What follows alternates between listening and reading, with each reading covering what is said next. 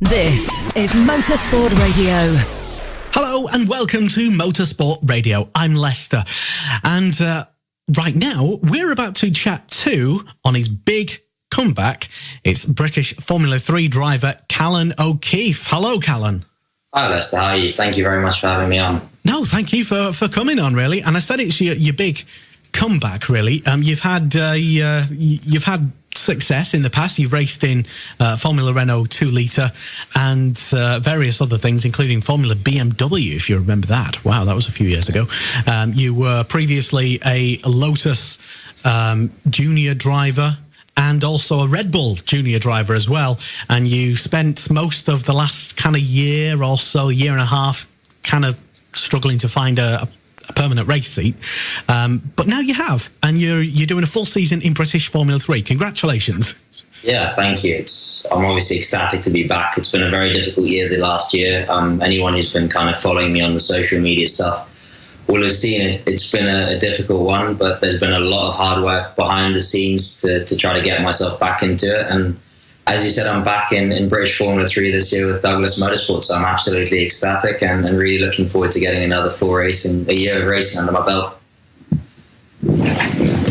Yeah, like you say, back in British Formula 3 with Douglas Motorsport. And I was having a quick look earlier online, let's say I was Googling you, and it's really interesting to see that you're still quite very young, really, even though you're kind of a name that's in my mind anyway, sort of always been out there for a good few years. That's always been sort of there or thereabouts. You've always been sort of on the grid, if you know what I mean. You're sort of one of those sorts of names that seem to have been around for quite a long time, but you're only still very young. Yeah, I think my career has been very kind of unconventional, if you want to call it that. I mean, most kids, they start when they're young, and they work their way kind of through the ranks slowly. I never really had that kind of luxury, if you want to call it that, because my family's not from motorsport, and it took me a really, really long time to convince my parents before they eventually let me start. Thankfully, you know, when I started in kart racing when I was 13, I went into a really good environment straight away, and from my first, you know, club level championship, I was winning. We then went into KF3 the year after, racing kind of internationally and in the British Champs, and I knew I needed to do something special in order to keep my career going, because obviously, as you've already alluded to, motorsport is an expensive sport, and the first year I raced internationally, my second year overall, I managed to finish third in the World Champs, you know, so I've always kind of been somewhere near the front throughout my racing career, even though it's been relatively short, and that's kind of meant I've been sped through the ranks a bit. You know, I left karting after 3 years when I was 15 to go into single-seaters. So I have been around the single-seater scene for a while now, as you said, with some success as well, which is always good. But I think it kind of goes to show the trials and tribulations of a racing driver, that even if you're at the front, it's still incredibly hard to find a budget and keep going year by year. And yeah, I think that kind of puts it all into perspective of how hard it is to do it, and obviously the main reason why I'm so happy to be back. And anybody who follows you, I'm sure you do already have quite a following on Twitter and on social media as well, will certainly know the heartache, let's say, I can't think of a better word for it, of the past. Well, any time that you've been out of a car and looking for a drive, really, you're someone who likes social media. I would say you're pretty good on the social media, and you like your banter as well. Yeah, I mean, look, I'm very much a kind of person who's able to laugh at themselves and laugh at the things around it. I know when there's a time to be serious, but I'm also a bit of a joker as well. I like to have a bit of fun. And from the social media side of things, you know, since I was 4 years old, I wanted to be a racing driver. It's always been set in my mind that that's what I wanted to do. And I'm not the only kid, you know. If you look at kids when they're younger, they want to be an astronaut, they want to be a sportsman, or they want to be a racing driver, something like that. So I kind of see social media as my platform to be able to share my experience with other people. I'm incredibly lucky to do it. I know I am. I'm living the dream, you know. And I think the more I can share that with other people, the kind of better, you know, and also try to give people a look into what is a relatively closed world in the form of motorsport.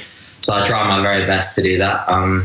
And yeah, hopefully it's well received. It seems to be so far, but this year, especially now I'm back, I've got some pretty good plans to get people a lot more behind the scenes and really show them what it's like to be a racing driver trying to gun it to make it to the top of motorsport.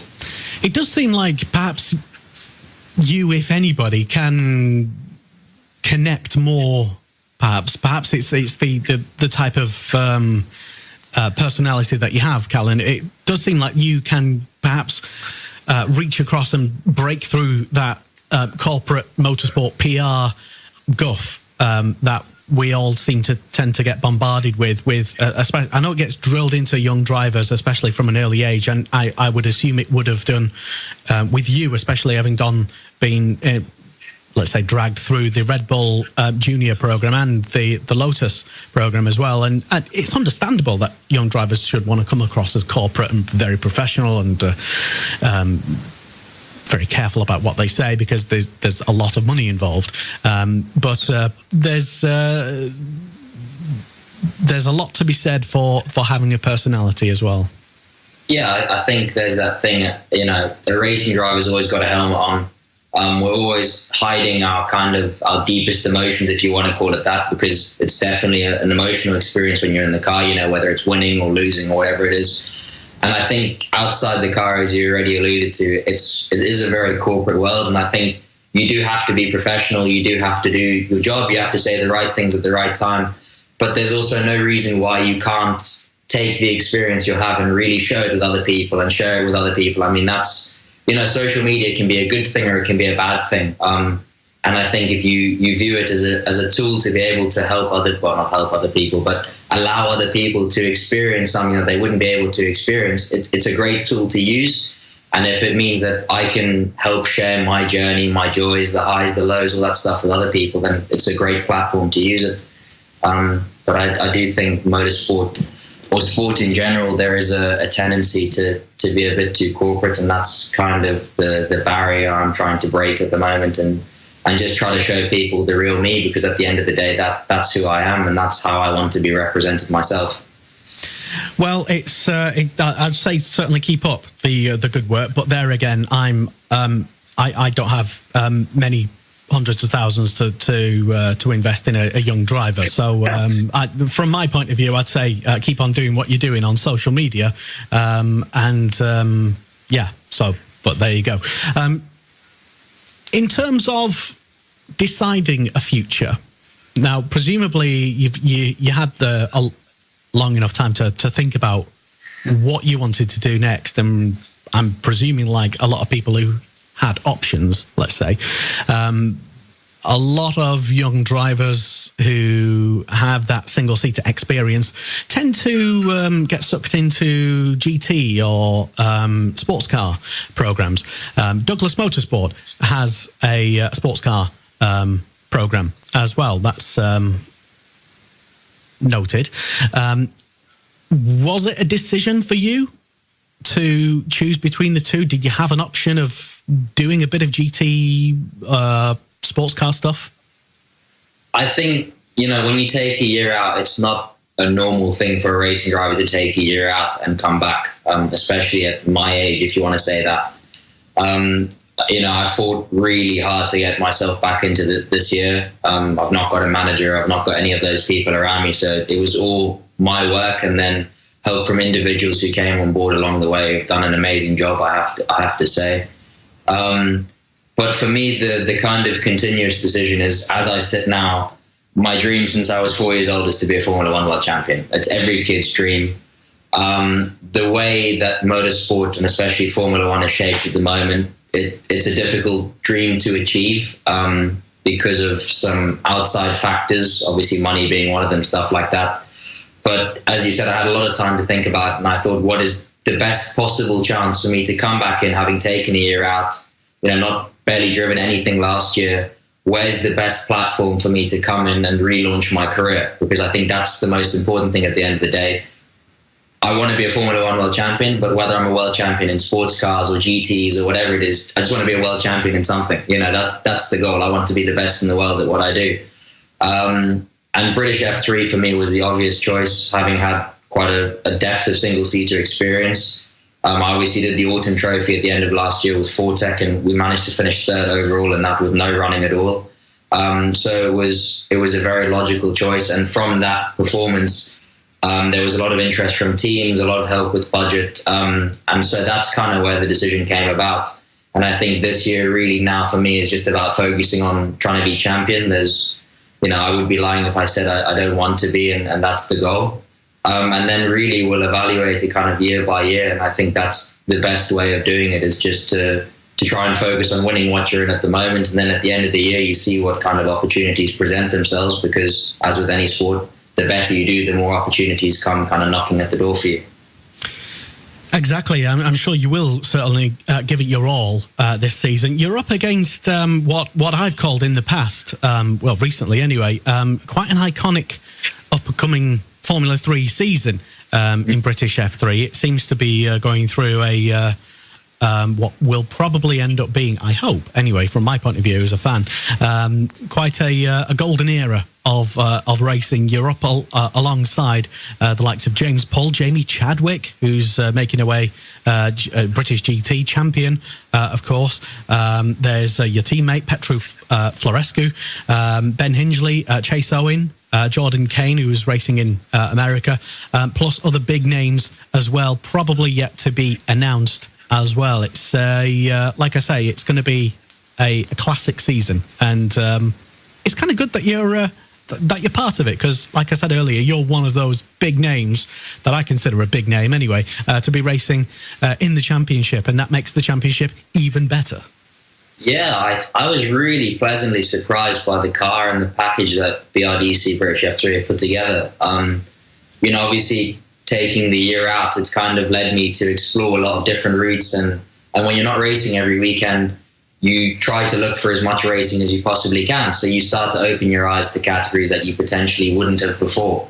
And when I jumped in the car for the first time, it's a really, really good car. It's got a lot of downforce. It's really quick. And the way the championship works is really good. We have the reverse grid race for race 2, where they reverse the top 8 from race 1. So 3 races a weekend, 8 rounds. It's a long championship. And as you say, I think it's the shifting point where I think British motorsport has always been really important for a driver's development. There's a lot of old school, very, very difficult tracks to race on here, which inevitably make you a better driver.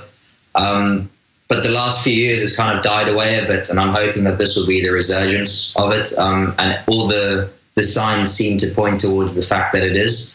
And yeah, hopefully it's going to be a great year. There's some very, very difficult competition out there, some big teams as well that we're racing against.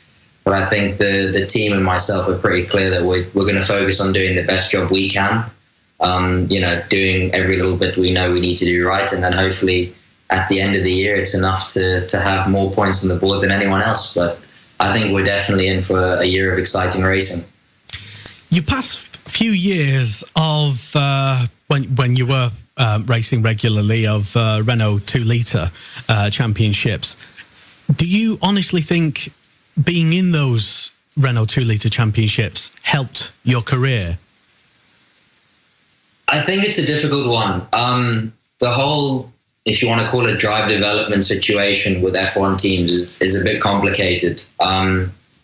I got to see not necessarily the best parts of them. And I think they are very much in the position where the way they were structured when I was part of them, if everything goes perfectly to plan, they're great and they can take you to Formula 1. But if there's kind of hiccups along the way and you don't have stuff like the financial backing to kind of get rid of them, we want to call them speed bumps rather than hiccups, it makes life very difficult. And I think the years I did in Renault were good. Ultimately, looking back, if I could have changed something, I probably would have stayed in karting a bit longer because I wasn't very experienced. And, when I jumped out of karts into cars, it obviously went well in Formula BMW the first year. But as I kind of stepped up and went on to compete against kids who had 3 years of experience in the same category, it kind of came back to bite me a bit. But I think, hindsight's a lovely thing. It's easy to look back on it. I think currently where I'm sitting now, I probably wouldn't change anything. because this year especially, I've seen after the year I've had off, where I've been forced to fight a lot more and grow mentally and grow kind of as a driver and as a person. It has helped a lot.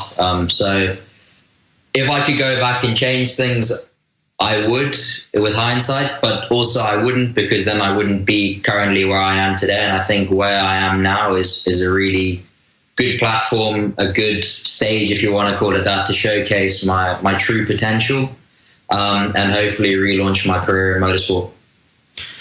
Wise words indeed, especially for potential young drivers who are maybe being persuaded to leave karting a bit too early. And I'm sure people listening and watching will know exactly what I'm talking about. The allure of perhaps wanting to become the next Max Verstappen, maybe leaving karting a bit too early, starting on that ladder a bit, like you say, too early. It's almost too tempting to say no if you have the opportunity, but I think it's the key thing, that there's no one size fits all for any driver. I mean, Max is an extraordinary circumstance, but Max is an exceptional talent, obviously. His whole life was kind of geared around him getting to Formula One. You look at someone from the flip side of things, you know, for example, me from the other side, where there's no real family involvement in motorsport. You start late.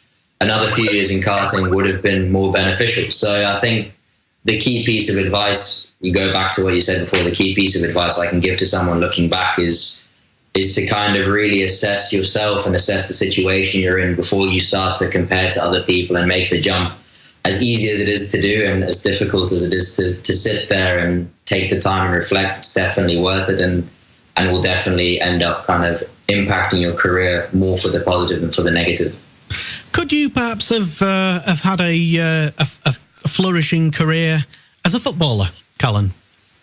It's funny you say that, especially over the last year where I've been playing a lot for King's College, London. It's kept me competitive and kept me fit over my off-season period, my last year, if you want to call it that. And when I was a kid, I was a fairly handy goalkeeper who had trials for Leeds and for Portsmouth. But to prove to my parents I was serious about the racing, I completely turned them down and said, no, I want to go racing. I want to do all of that.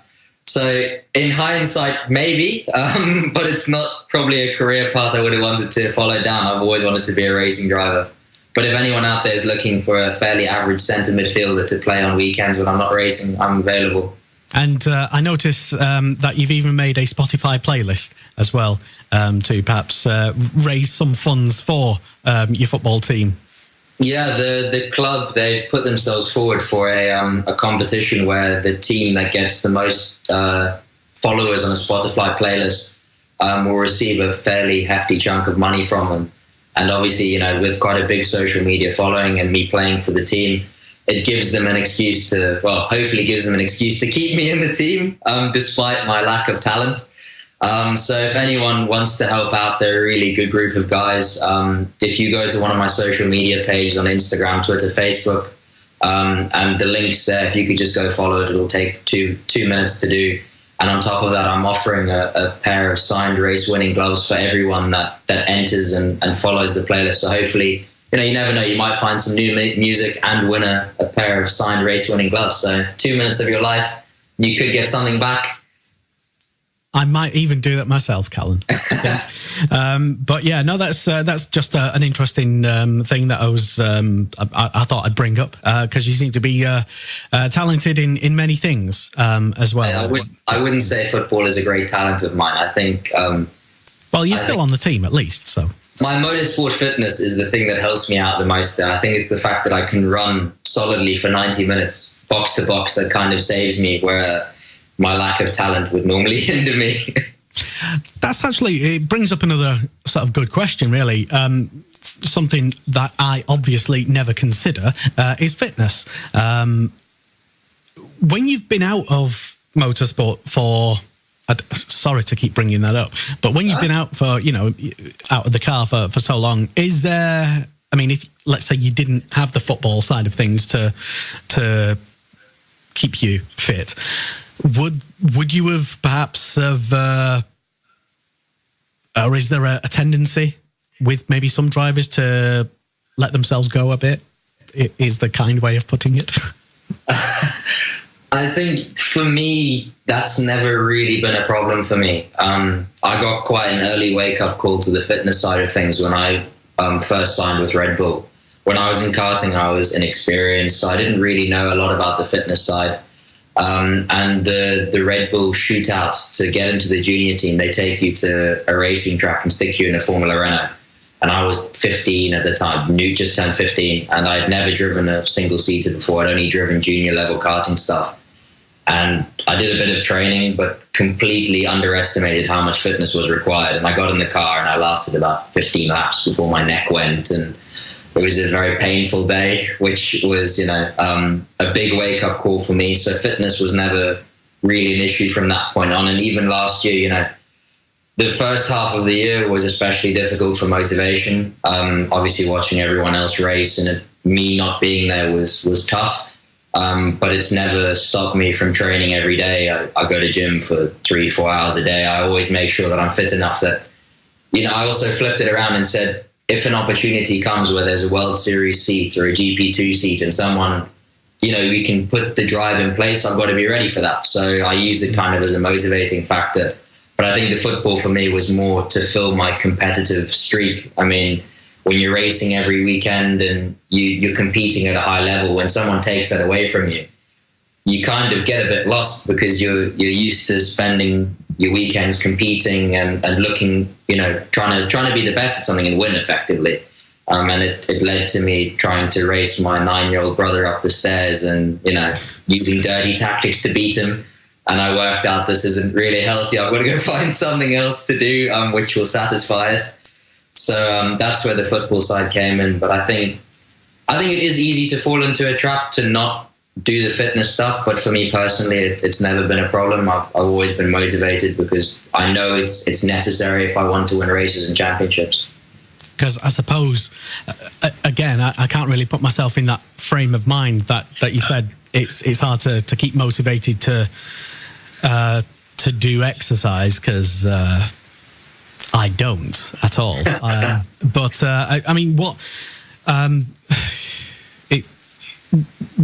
was more difficult being out of the car? I mean, mentally for you, was it the fact that you're not racing, or the fact that you had to still keep telling yourself to motivate yourself and push yourself and keep on exercising so that if an opportunity came about, or, from wherever, that you would be ready? What was, because I mean, exercising, I know from when I did, it's kind of soul crushing. It's lonely. It's you often get disillusioned, and it's so much easier to just not do it when you don't have a reason to. I think that, when you've got a race every weekend, like this year, for example, or whatever it is, once every month, it's a lot easier to go, okay, it's 34 days or whatever it is till I'm at Alton Park. I need to get myself to the gym and do my neck work and do my cardio and all that stuff. But sitting on a bike for 3 hours a day or running for, hour and a half, 2 hours a day is a lot more difficult when you don't know when is the next time you're going to be able to use it. You kind of, you get halfway through a run and your head starts going, just stop at 45 minutes. What's the point in doing the next 45? Because you don't know when you're going to be racing it. Is it really necessary? You kind of have to break down the mental wall to say, get it done, you'll feel better. And if the opportunity comes, you'll be ready rather than scrambling a week before. But I think mentally the biggest issue I had was, I was really lucky in the way that when I started karting, when I started racing, I've raced against a lot of kids now who are knocking on the door of Formula One, and had success against them as well. And I think that was probably the hardest thing for me, was seeing, if I go back and look through the photos on my phone or look through results, there was kids who I beat or matched with less experience who are now, test driving Formula One cars while I'm sitting at home not racing. And I think that for me was the hardest part, was going, how is this kind of happened? Because it's not an easy thing to stomach when you dedicate your whole childhood to doing something and all of a sudden it gets taken away. And if it wasn't, as I said before, there's a few key individuals that have really helped me put this in place. If it wasn't for them, I wouldn't be back on the grid again. And there was a chance last year that I wouldn't ever get back on the grid again. So I think that was the hardest thing to come across with mentally. But obviously, once you push through that, you kind of get forced into find a way to make it happen. I think one of the best pieces of advice I ever got given was from Dr. Helmut Marko when I was part of the Red Bull program, where he said, don't make excuses, just find a way to win. And when I was 16, 17, I didn't really understand what that meant. I took it as the literal kind of translation of you've got to do it on track. But I think it more applies to everything in motorsport, that it doesn't matter where you are now. You have to find a way to make it work. If you've got no money, but you want to drive, go find a drive for free, or go find a way to find money. You've got to find a way to make it work. So I think, as mentally challenging as it was, it's definitely helped improve me all around, and hopefully that will show this season. Hopefully, yes, it will, because like I said, it's already set to be a classic British Formula 3 season. And as we said earlier, you are going to be racing with Douglas Motorsport, and you're going to all these wonderfully famous, world-famous racetracks, starting off at Alton Park on my birthday weekend on the 15th, 16th and 17th of April. I'm going to Rockingham, Snetterton, Silverstone, of course, and going to Spa as well as Brands and Donington. Of them, which are you perhaps most looking forward to, if any? I think there's a lot on that list to choose from. There's a lot I've not been to yet. I've not been to Brands, race the GP track there. That looks pretty cool. Donington either. I think this year is the first year where I'm going to a lot of tracks where it's kind of old school driving tracks. I went to Alton Park for the first time. And when you've been shipped into Europe and not really driven on most of the British circuits, you get used to tracks with lots of runoff and, where the walls are pretty far away. And it was a bit of a shock to the system to go to a place like Alton where, you have a meter of grass and then... you have to be careful, don't you? Yeah, no, it's really, I'm really looking forward to this year, because I've always been a fan of the old school driving tracks. And a place like Alton's been unchanged since, I think, the 60s. There's photos of Jim Clark going through the hairpin at the top of the circuit, and it still looks very much the same as it is now. I think Spa is always a good one. Creates great racing. I don't know if a lot of the viewers have seen the race from last year there. It's definitely worth looking at, where the guy who started 9th won. And I think there will be the best racing, but the track I'm most looking forward to going to is either Alton or Brands GP, and going on some proper old school tracks where you've got to hang it all out and get fully committed. So I'm looking forward to those two especially. And do you have any sort of minimum goals that you want to achieve this season? A certain position in a championship, or are you just going to take every round as it comes? I think people must be tired of Nico Rosberg, after Rosberg saying it every weekend. But I think the key thing is to focus on each day effectively, even not as far as looking at each round. I wouldn't be sitting here. I wouldn't have fought for a year if I didn't want to come back and win something. That is that's the overall goal. And I think the team and I are clear about the fact we want to be British Formula 3 champions come the end of the year, and we want to win as many races as we possibly can. But I think there's always that trap in motorsport to kind of look at the end goal and put too much pressure and expectation on yourself. Whereas we've decided as a team, we're just going to keep focusing on what we need to do. There's a checklist, if you want to call it that, of stuff I know I need to improve. They've got stuff they need to improve on. And day by day, we're just trying to tick as many of those off as we can.